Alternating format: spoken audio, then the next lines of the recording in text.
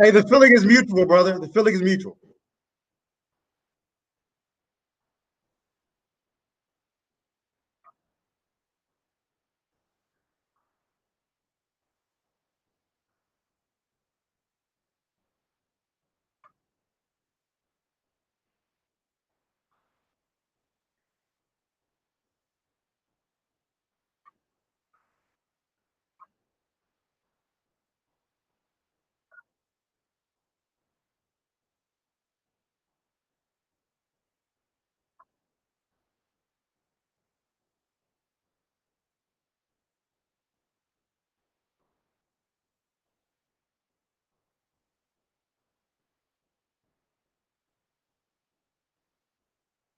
It was a challenging struggle, Michael. But when you've got something that you really are passionate about, and you're being led to do what you're led to do, it's challenging, but it's rewarding, and that there's excitement about it. There's just enthusiasm about it. There's going to be something that comes out of it. So yeah, not easy though.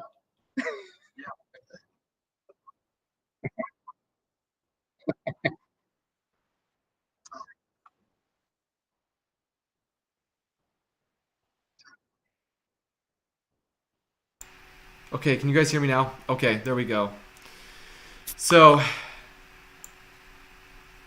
okay, sorry, we're just having some audio issues. I think I fixed it though. Okay, so Okay. and then just guys to wrap things up with Willie, he says that something unique or quirky about him is that he gets cold very easily and he wears long johns during the during the summer. So for those of you who don't know, he just like bundles up. So are you like always cold then, Willie? I live in Seattle, Washington, man. I'm from Jackson, Mississippi, so I'm not used to all this cold weather. So I'm not saying I do that everywhere that I live, but some of these cold places, man, I'm just not used to this. I'm used to humidity and heat. Oh man. So Yeah, I lived in the South for about 2 years, and I totally know what you mean. It's I miss that humidity. It's freaking cold up here in the just in the western states. So yeah, yeah, yeah. yeah, but Willie, I think that was it for what I wanted to introduce to you to the group about. Would you mind sharing us more about what I just told them and yeah, your life story and all of that jazz?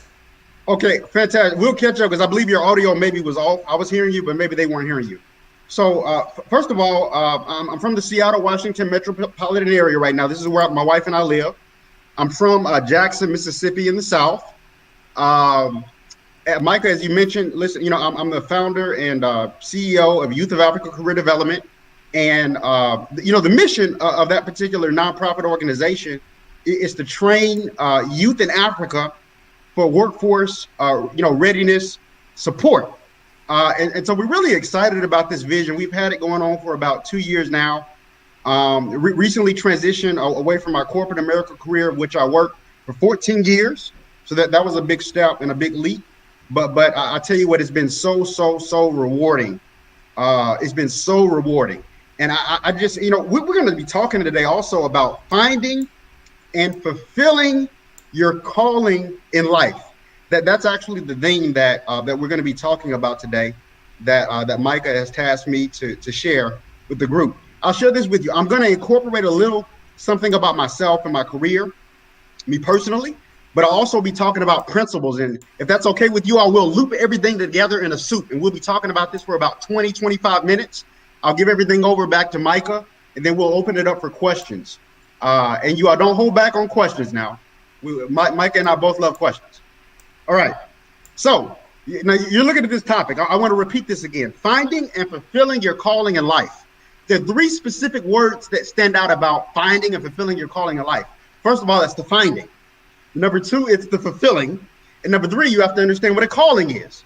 So let's break this down in simple terms. What does it mean to find? I think everybody on the call knows what it means to find. You have to actively seek a person, or you're either actively seeking a place or a thing or all three. Yeah. So when you're finding, you're not just trying to find anything. You're trying to find something specific, or you're trying to find specific things. Finding and fulfilling your calling in life. In this case, looking at finding your calling. What does it mean to fulfill? To fulfill means to simply this, complete something. How many people do you know they start something, but they don't complete what they start? or they may be fulfilling the wrong thing that they found. So it's important, first of all, to find the right thing and to be active about finding the right thing. And then to fulfill it once you find it. It's a bad thing to find something, but you don't fulfill the very thing that you find, which is the calling. That's like dying and going to the grave without fulfilling your purpose, or right? Number 3 is the calling. Again, we're talking about finding and fulfilling your calling in life. What is a calling? Listen, different people have different definitions of calling. I'm going to give you 2 definitions of calling. The first definition of calling is very pragmatic, very basic, right? A calling is a career, a vocation, or a purpose to do in work. A calling can also be community service. It's a calling. It's anything that you do. All right. Now, you all know I made this very clear, and I'm unapologetically a lover of Jesus Christ. That's my faith. And I believe that, when you talk about calling, it's something that you have to hear or feel in your heart, right? Listen, if the phone rings, you pick up the call. And why are you able to pick up the call? Because you hear it ring. So we're finding and fulfilling your calling in life. You have to be able to hear something before you answer it. All right.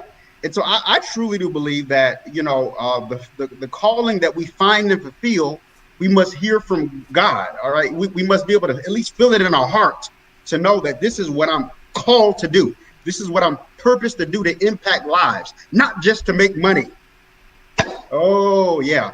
Not just to make money, but to impact people and enrich their quality of life. Okay. So now that we've got the basic stuff out of the way, let's go a little bit deeper here.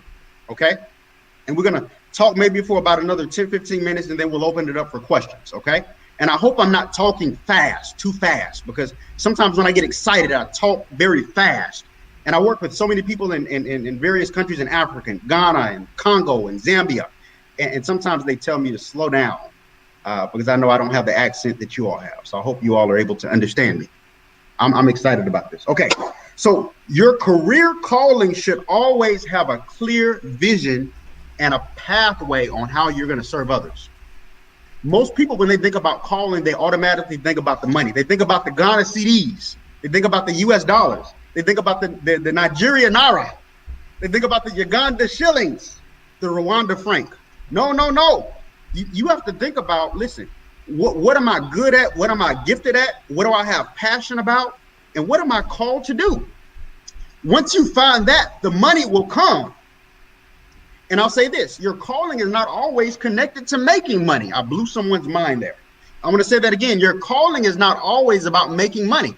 Listen, if my calling was about making money, I would not be talking to you all today. And I would not be a non-paid CEO of Youth of Africa Career Development, a non-paid CEO.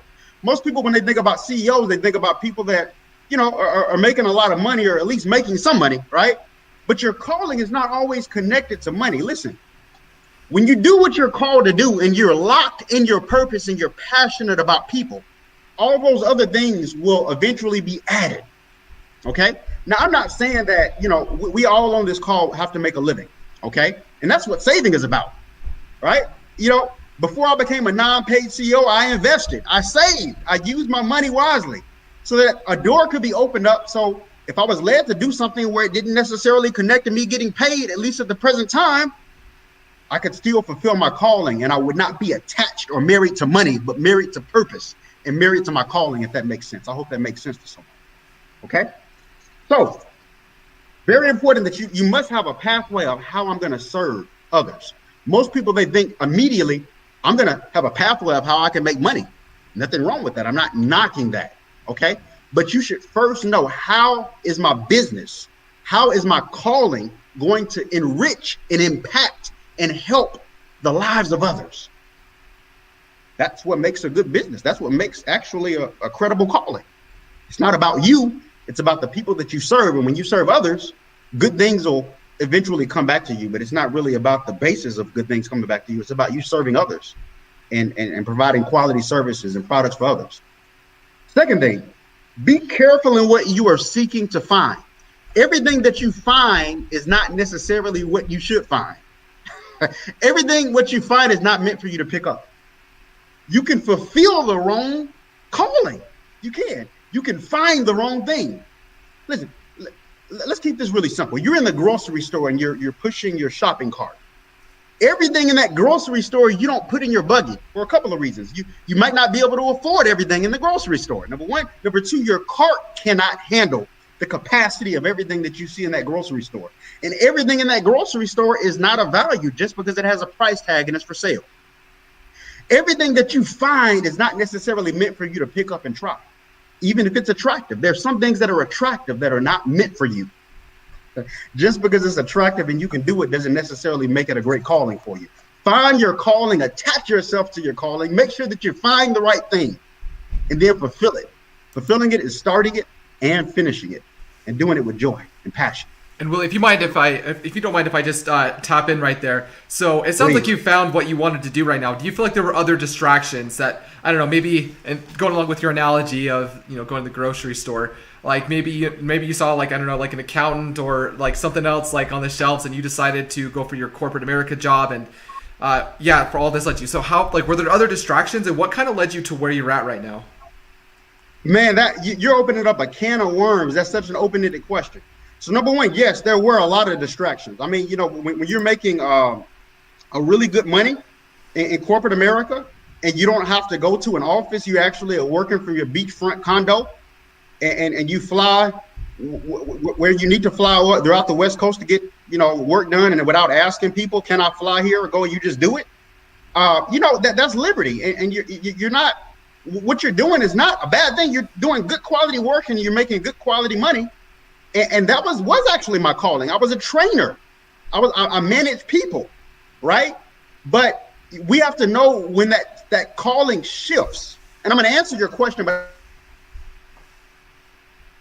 we can be in our call. A job is not necessarily your calling. It's what you do in the job is your calling. The problem is a lot of people, they get so connected to the job until they're not able to shift when it's time for them to leave the job to go to another place, but still stay within that calling. Some people stay at the same job all their lives, and it might not be anything wrong with that if that's what your purpose to do. But a lot of us are not necessarily meant to stay in the same job or even stay in the same place. Man, I've moved about 6 or 7 times, and it hadn't been easy. Anybody out there that's moved knows that it's not easy for a number of reasons. I won't really get into the specificities, all right? But it's about shifting. Not just jobs, but even location. Don't get stuck at the same location. So to answer your question, Micah, it's even been hard in some cases and challenging to move as many places as I've moved to chase my calling. Right? That's incredible. Yeah.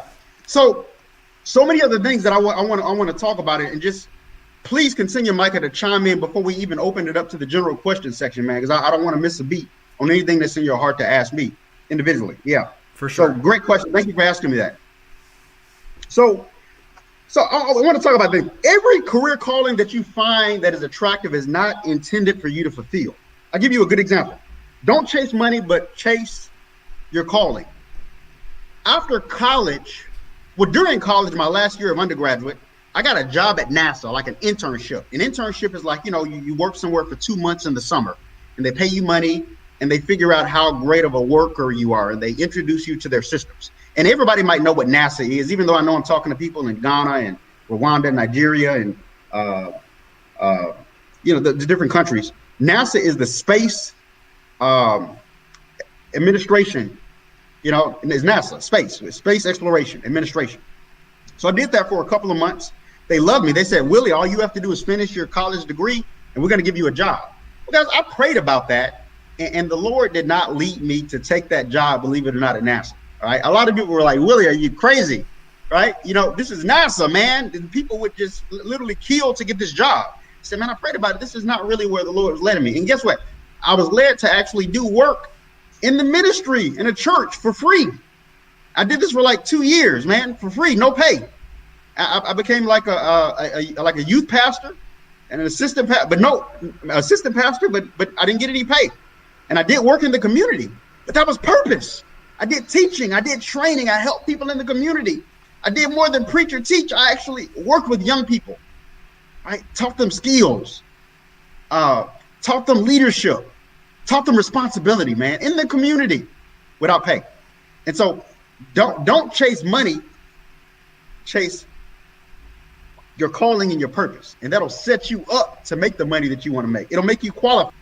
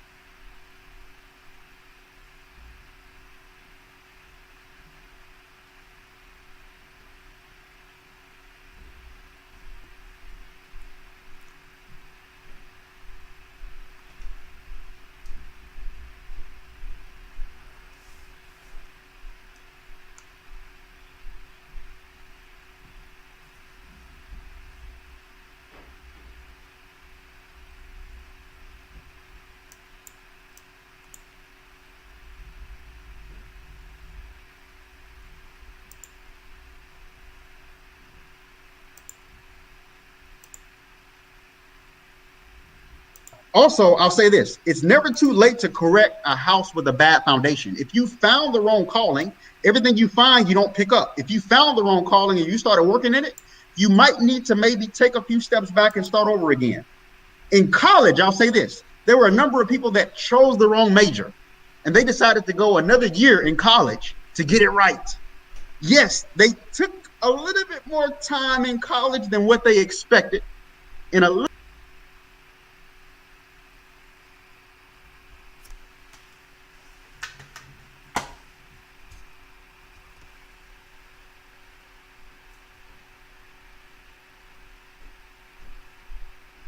right? And it may take you a little bit longer if you found the wrong thing. Lastly, I'm going to say this. Lastly, and we're going to open it up for questions, you all. A 4-year college and university route is not for everyone.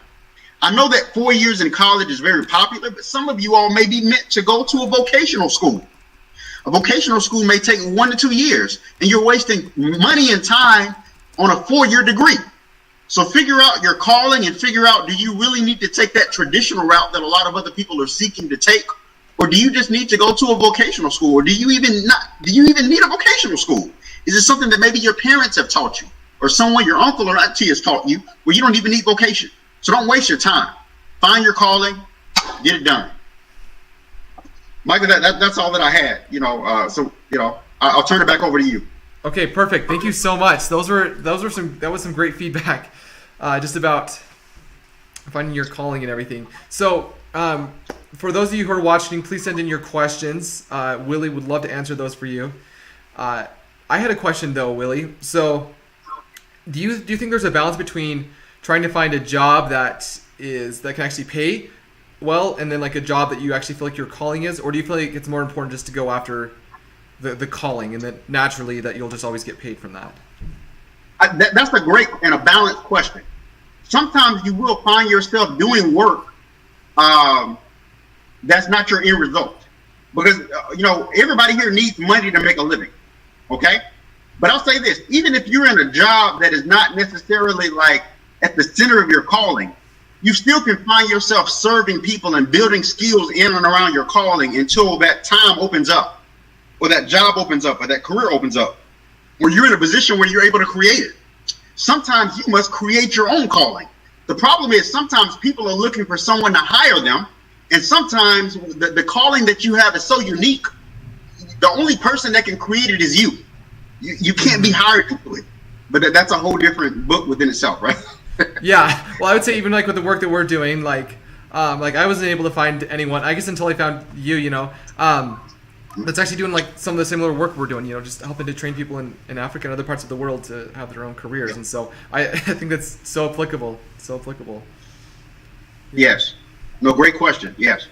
And what would you say to people who, let's just say, because I have a lot of friends that are still in college, and like they just go to college just thinking, oh, like I just need to go there because that's what everyone does, and they just figure that Right. they'll find something. What would you say to people who maybe they have the passion, they have the drive, they want to be successful, but they don't know what their calling is and they don't know what they want to do in life? What advice would you give to them to help them discover their calling? Yes. So first of all, I think it's important for everyone to have a mentor. A mentor that's wiser than you. Don't be around people where you're the smartest person in the room, right? If you're around and you intentionally surround yourself around smarter people, they can sometimes see things in you that you can't see in yourself, right? I also would suggest sometimes you just need to take a career assessment test. There's so many different types of career assessment tests that are actually out there that can help people, right, with their calling and finding their skills and things of that nature as well. But even just from a foundational, like, what do you like to do? And I'll say this: when you're around people, what do other people say that you're good at, right? And I'll say this as well: some people are very talented musically, for instance, but the problem is a lot of people say, well, music is not going to pay my bills. Or you know, my mother or my father wants me to be either a doctor, a lawyer, or an engineer. I'm here to tell you that there's some lawyers that are broke. There's some lawyers that don't make the amount of money that we stereotype that they make. There's some doctors that are struggling with lawsuits. You know, that we live in a different time now, right? Yeah, definitely, yeah. They don't even want to go into that field now with all the lawsuits and things that are going on. So don't go the traditional route because of riches or popularity. Or to feel like you're going to be accepted if I get this title, this doctor's degree. Because there are a lot of people with doctor's degrees that can't find a job. I know when I was hiring people in corporate America, there were people with doctor's degrees that I turned down because they had the doctor's degree, but they didn't have the skill set of someone that had a high school degree, a high school diploma or undergrad degree. So it's not about the paper or the degree you have. It's about what you have in your head and your passion and your skill set. Yeah, and I would say it's been interesting because like the last decade or so, I've noticed that there's just been a shift from like, you know, just the traditional, like, you have a college degree to actually like, can you get this done? Like, what's your track record? What's your history? Can you actually get this done? So yeah, and I like what you shared there as well. I think that a lot of people make the mistake of thinking that they can be comfortable with getting a degree. Like, if I get a doctor's degree or if I get a lawyer degree, like a law degree, then I'll be comfortable, I'll be safe. But that's never the case, right? Like, if you're not continually growing and providing value, then spot on. It's not. And that's the thing. You talked about the safety net. The problem is sometimes people try to find their calling in a safety net. Everybody wants to be safe, okay? I'm not trying to be so extreme. Everybody wants to have peace and to have that security. There's nothing wrong with wanting to have security. But there's some moves that you're going to make and they're not going to always feel secure, okay? They're not going to always feel secure. Like, nobody knows what's around the corner. Nobody even knew about COVID, right? If we all knew about COVID, nobody knew that COVID-19, right? So it's no way in life that you're going to be fully secure with regard to just being able to lean fully to, I know what's going to happen tomorrow. Sometimes you just have to make the move, be smart with it, use common sense, apply faith to it, get good counsel, make sound judgment, and just get it done. Just get it done. If you make mistakes, hopefully you can take a few steps back and correct those mistakes, opposed to being foolish and saying, well, I've jumped in and now I'm going to continue to do it. You have to be humble. Humility, that's the word, humility. You must have humility when you know you're going down the wrong direction. Even if people have seen that you're going down the wrong direction, you have to say, well, listen, I made a mistake. I'm going to back up, opposed to continuing to going down that wrong road and making a fool of yourself, you see? Yeah, I love that. I love that. Humility it can go long ways, for sure.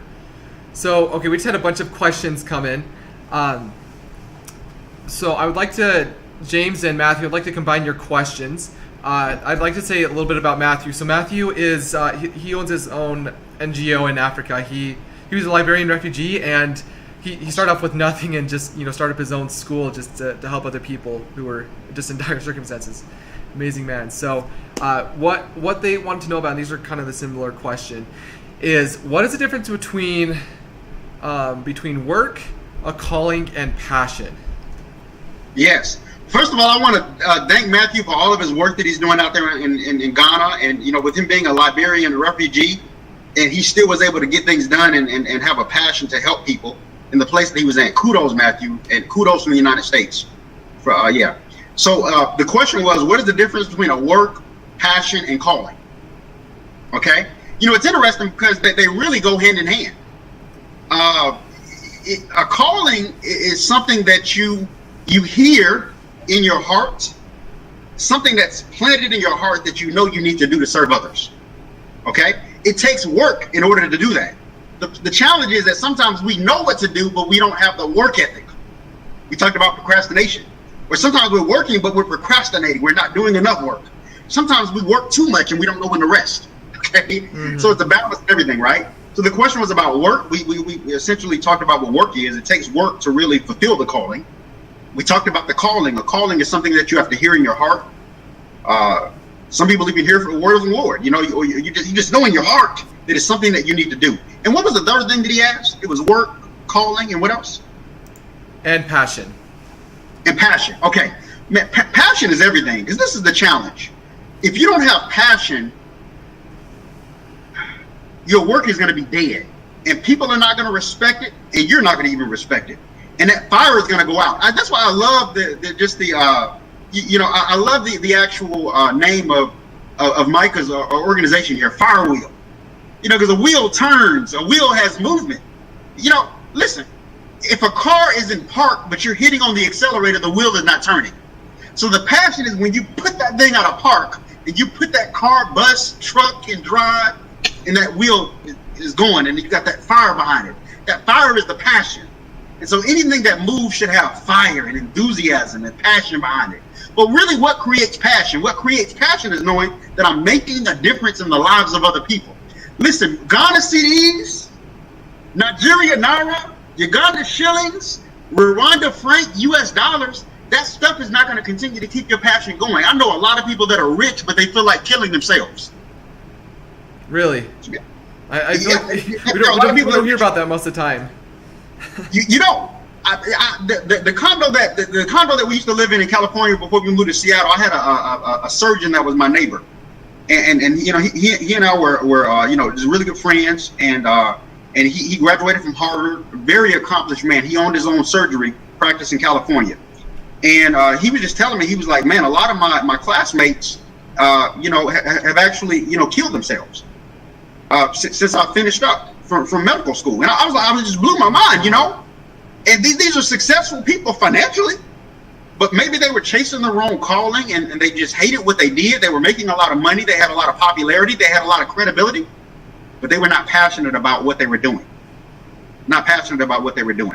And it's sad, it's unfortunate. I'm not trying to give an example and talk over what happened, because that's an unfortunate situation. But I guess the focus is that you got to have passion with the calling, and you got to have the work with it. That they all go hand in hand. Great question, Matthew. Yeah. So going along with that, Julius asked, how can I balance my job and my calling? And I think that's, if I could just add to that as well. This is a concern I've had, just at certain points in my life where it's like, yes, I really want to do this, but it's like I also got to pay the bills. I also got to have food. I got to have these other necessities. So sure. So yeah, balancing the passion, the calling, the job. How do you recommend to do that? Absolutely. When I was working my job at Kwikset with the Spectrum Brands Corporation, which was the last company that I had before I went off on my own, I did what they wanted me to do with my job. Right. I didn't sleep on the job. I worked and did what I was supposed to do, but I had downtime after those hours of me working were up.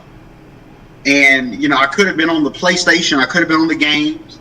I could have been doing all kinds of things, but I managed my time to make sure that after I actually put in the work that was required of me, that I was getting paid from that company, opposed to stealing from them. And I say stealing sometimes can be indirect. Somebody can pay you, but you're doing things on their clock that you don't need to be doing, right? So you give people honest time, honest work. But when that work is up, you build the thing that you're called to do. Now, this is the catch. It just so happened that I was in a job that was connected to my calling, but it wasn't my end result. But I would just say management of your time and not procrastinating on the downtime when you're not working for that job, to build your own thing and to educate yourself. Sometimes people are so focused on building their calling or building the job that they're called, they want to do, but they don't educate themselves. A large part of building your calling or building the job that you're setting up is also education. And education doesn't always come from a college degree. We have access to the internet. We have books. We have mentors. We have all kinds. You have people that are in the field that are maybe doing what you want to do. Connect with those people. Ask them questions. Don't be shy. So I hope I answered that question. Yeah, that's great. Thank you for that. So we just had another question come from Abraham, and he asked, how do we select the right calling to make significant progress, forging ahead without wasting time on the wrong one? I think you shared a great example with how you worked at NASA, but could you tell us more about that? Because I imagine that there's we all have these different circumstances, and there could be distractions all over the place, and a lot of lucrative opportunities. That's such a great question, and thank you for asking that. And Mike, I want to take the time, if I didn't already, to thank you also for inviting me on this platform. If I didn't say that at the beginning, and what you're doing is amazing, and thank you, Micah. So that question, man, you're right. You can do the work.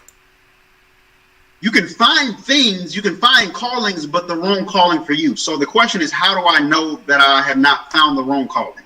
No one can answer that but really you. No one can really answer that but you. I will say this. I truly do believe, and this is just based on my faith conviction, okay? I believe that we were created to do and fulfill specific callings and specific work. I truly do believe that. And I believe that we were built to fulfill specific work and specific calling.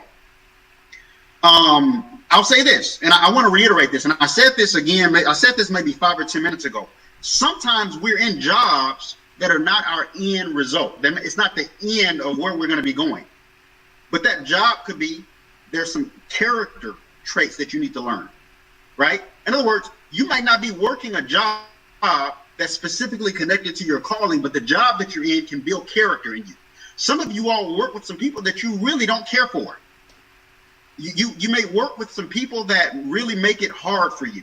They create challenges for you. And you say, well, why am I in this job? Because I prayed about it and I feel in my heart that I'm supposed to be here, even temporarily, but I'm supposed to be here. But sometimes I believe that we are actually in certain jobs to build character, to build strength, to build endurance. Because what you're called to do, it takes endurance, it takes strength, it takes fortitude. And sometimes there's certain places that we must be in order to create that strength and that resilience.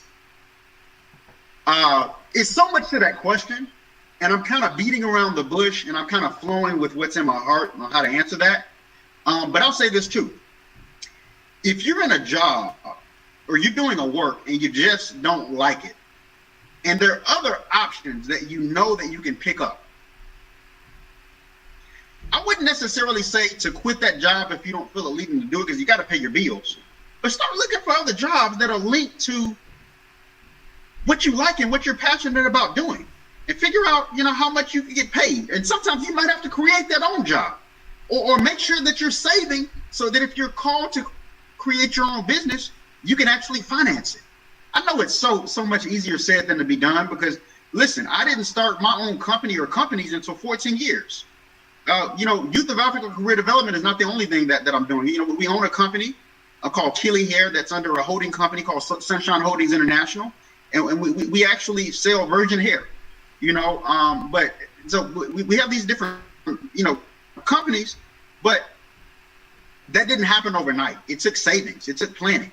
So I just want to encourage all of you all out there. I mean, maybe you're inspired by what I'm saying, but financially you might say, well, Willie, I just can't, I'm not in the place or the position right now to just build what I want to build. Continue to save your money as much as possible. Educate yourself and get mentors in the process, the right mentors. And time will tell. And time you'll be able to build or transition into what you're called to do. That's great. Or that place. I love that. Yeah. I love that. We just had another question that just came in that I think is similar to just about, I guess like finding different callings. Mark asked, is it possible to find your calling in 2 or more careers? And if I could just add to that question as well, I've Yes. heard from different things from different mentors, just about like the need to like focus on one thing at a time. And so if the answer is yes, you can, have 2 or 3 more callings in life, different careers. I'm just also curious about how to like accomplish those. Like, should they all be done like at once, like 10 things at one time, or just breaking them apart? What would you suggest? The answer is absolutely yes, yes, yes. And that's a great question. Thank you for asking that one. So I'll give a personal example, make it more practical. Okay. I'm an evangelist, a Christian evangelist. Okay. I've been doing that for 18 years. I got called in college. Okay. As I mentioned to you, I also, with my wife, run a hair business. I also am a founder and a chief executive officer for a career development nonprofit organization that helps youth in various countries in Africa. Those are 3 things that I do, right? And I do more things than that, but that's just 3 things that I do. And I'm able to balance out all those things. And all those things connect to me being a trainer and me being a teacher and me being a manager and a leader, right? And so to a certain extent, you could say that there are 3 different jobs, if you will. I think can call them a job. They're 3 different callings, but they're different positions. You can have different positions, but they all be in the same calling. Or you could actually have different positions and they'd be not even necessarily interconnected. We all have different gifts. Nobody that's listening to me just has one gift. We have multiple gifts. One of my favorite parables, even in the Bible, is the parable of the talent, where one person had 1 talent, the other person had 3 talents, and the other person had 5 talents. Right? That's a good example, right? And the person that had the 1 talent, that person had fear, and because of the fear, they buried that talent. And when it was time to have the fruit or the results, they didn't have anything to show for it. And they said, I buried my talent because of fear. And that servant was called wicked. And that servant had to pay a price. So I just say that, yes, we have talents. We have multiple talents. And without question. And it's good to be able to utilize those talents and to gain wisdom and knowledge on how to really maximize those talents. And so I hope I answered that question, even with some examples. Yeah. Yeah, that's great. That's great. I love the parable you shared there too. One thing that I've always admired about that parable is, I can't remember the numbers exactly, but it was like, the one with 5 doubled their talents. Yeah. But the one with 3, they doubled their talents, and they still didn't have as much as the one with 10 in the end. But yet the master still congratulated them as the same as the one that had the reward. So I look at that as, yeah, I may not be born into the most perfect circumstances. Yes, I may not be at the same level as someone else, but I'm still putting in the same amount of effort, and I'm still going somewhere. Like, there's still movement, right? And Micah, listen, it's not about, I agree with you on that. And it's not about the quantity, it's about the quality of what you do with what you have. Exactly. Nothing about really about the quantity. It wasn't like, okay, you only have this 1 talent, so you're disadvantaged. Or you only have this 3 talents, so you actually are more disadvantaged than the one that has 5. No. It was just, what are you going to do with what I've given you? I'm not judging you based off the quantity. I'm judging you based off the quality of what you reduced. Exactly. Quality. Exactly. So, yeah.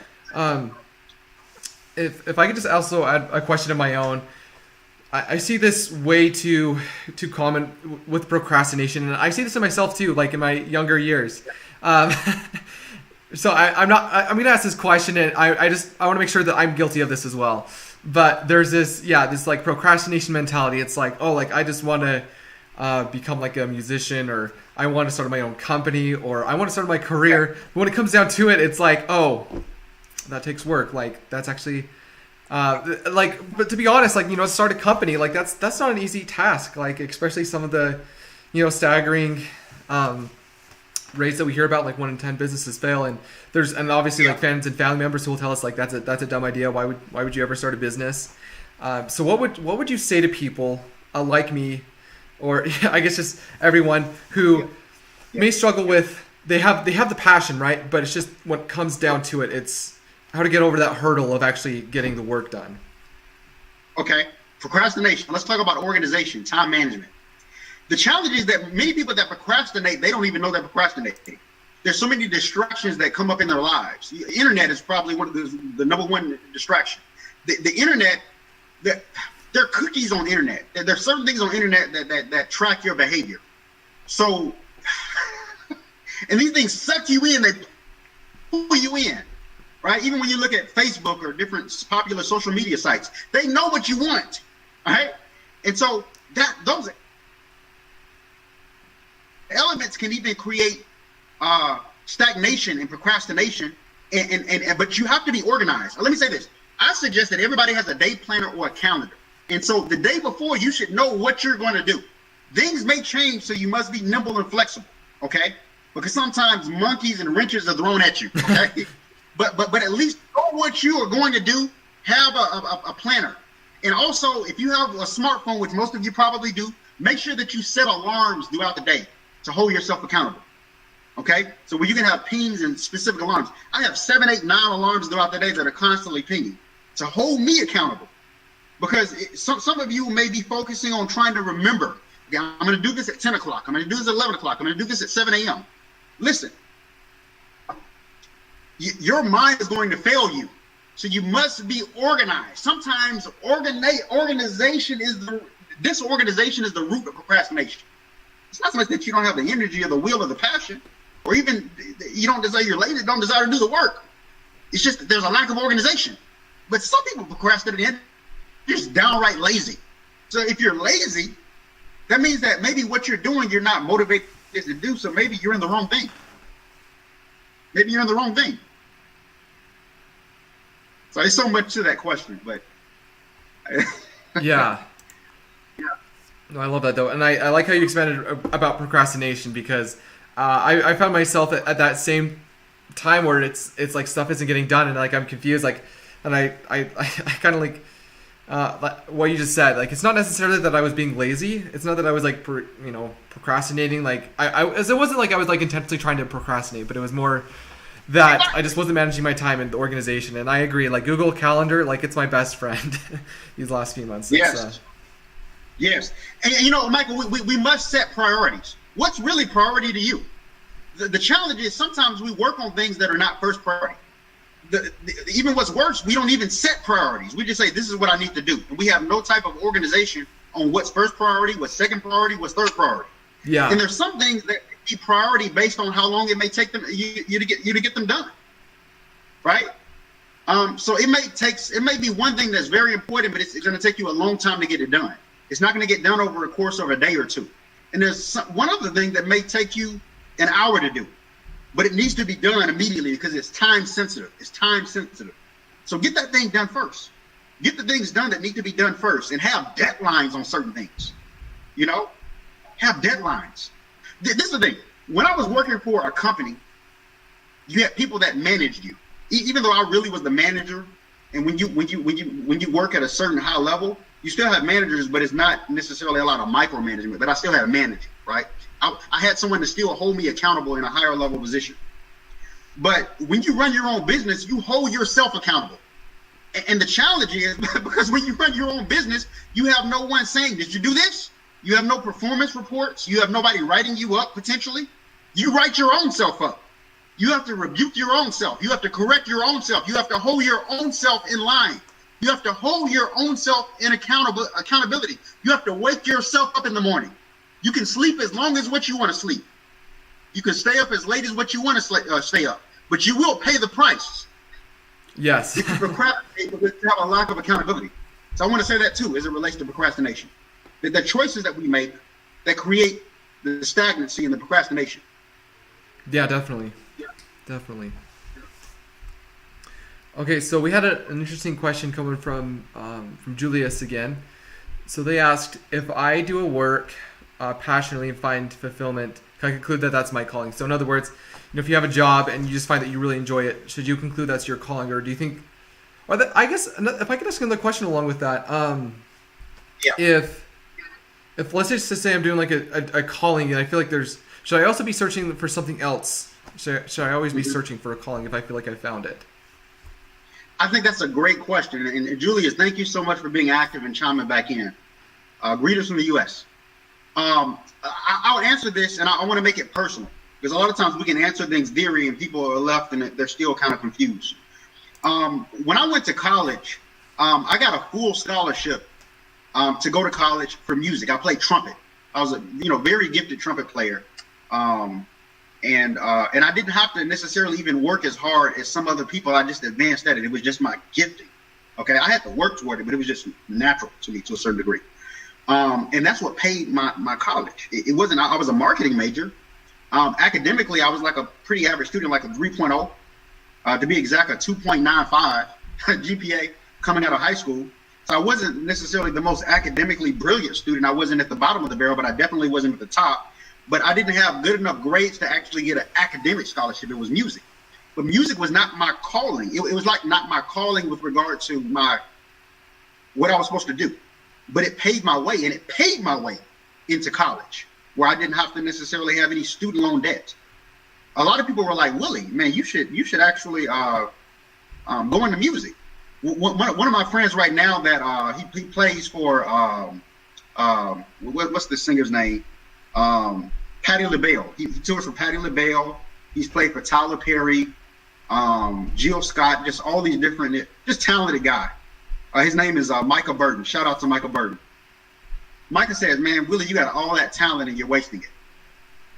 But Michael Burton's calling was music, and he still is in it. My calling was training and teaching. All right? Music allowed me to have the discipline to stay consistent at something, but it was not my calling. And I'm still in my calling to this day. But music paid my way. So I hope I answered this question just from not even outside of theory, but even practical. Because sometimes you can do something, but it's not necessarily your calling, but it still builds up skill and character and discipline to take you to that calling. Yeah, I love that. And like with the analogy, I think it's like that's kind of like that was your calling to your calling, right? Like your calling at that time was just to pursue music, so you could get to your next calling, which was actually train people. I love that. Yes, I love that. Okay, well that's all of the questions for now. So Willie, we're gonna wrap things up now. Are there any final words that you would like to share with the group, as it matters to just any final pieces of words of advice or anything just related to your calling and any just motivation you could offer to them? Absolutely. I just something is pushing at me with that procrastination, because I believe that it really opened up a can of worms. Everybody has talents. I don't care who you are. I don't care if you didn't grow up with both parents or people said that you never be anything. I don't care what negative words were spoken over you. I don't even care what insecurities you have. Because the fact that you actually are here and that blood is flowing through your veins, and you even have motivation to listen to these words. I mean, we're like 51 minutes into this call and you're still here. That shows that you have some type of discipline to stay the course. Okay? But don't let procrastination spoil the gifts in you. Don't die prematurely without fulfilling your calling and your purposes. We have multiple purposes, right? We have multiple purposes. And in some cases, we have multiple callings. Don't put yourself in the box with just one thing. There could be multiple things that are directed to one calling. And I love they ask some brilliant questions. They're brilliant folks on this line from Ghana, Nigeria, Rwanda, and Uganda. And I love that. But listen, organize yourself today. If you have not been using a calendar, if you have not been writing things down manually or electronically, start doing it today. Start setting those alarms if you have a smartphone to hold yourself accountable. Okay? Because right now, I'm not even talking about a calling as much as I'm talking about the skills that allow you to be successful in the calling. I think a lot of people out there, they know what they're good at. They know what they want to do, but it's just the organization. Micah, you talked about how so many businesses fail. And I believe they fail because of a lack of organization. They were used to working for other people from 9 to 5, and people were writing them up and correcting them, and it kept them on the train track. But the moment they started doing their own things, they lacked independent discipline, and it made them fail. And also, we talk about financial management. You know, you can have a calling, you can have giftings, but if you don't know how to save, and if you don't know how to reinvest back into your business, if every time that you make money, you spend it, and if that's your mentality, you will be broke and you will be a failure with those gifts in you. Be disciplined. Be disciplined with money. Be disciplined with your time. Be passionate about what you're doing. If you're not going to put 100% into it, don't do it at all. Even how I'm talking to you all may feel my passion because I'm enjoying what I'm doing. I'm not sounding like I'm in a graveyard because I'm passionate and I love about what I'm doing. And you might be able to hear it in my voice as I'm passionate about people. I'm not on here because I'm getting a check. I'm on here because I love people.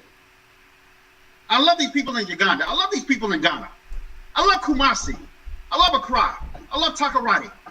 I love Kampala, Uganda. Shout out. I love Kigali, Rwanda. Shout out. I love the people in Lagos. And in between. Micah? Oh my gosh. Well, thank you so much. You know, Willie, I'm so glad we met. It is just such a pleasure to know men like you in this world that are just so passionate about doing God's work and just your passion to help other people. That's amazing. I hope you're really blessed with the work you're doing. I hope you're really enjoying it. So, Willie, thank you so much for your time. I can't thank you enough, and we're having some comments come in. I'm just thanking you as well, so I'll make sure to send those your way as well. But thank you so much for your time. Please do it. I'll respond to them. I think you have everything on YouTube, so I'll make sure to go in there and respond on anything that I didn't answer. Okay, sweet, awesome. They'd really appreciate that. So thank you so much, Willie, for your time, and God bless, and survive. I hope you survive the rest of 2020, okay? Hey, we're surviving and thriving, man, alongside you. Awesome, great. Hey, we'll see you around, okay? All right, take care.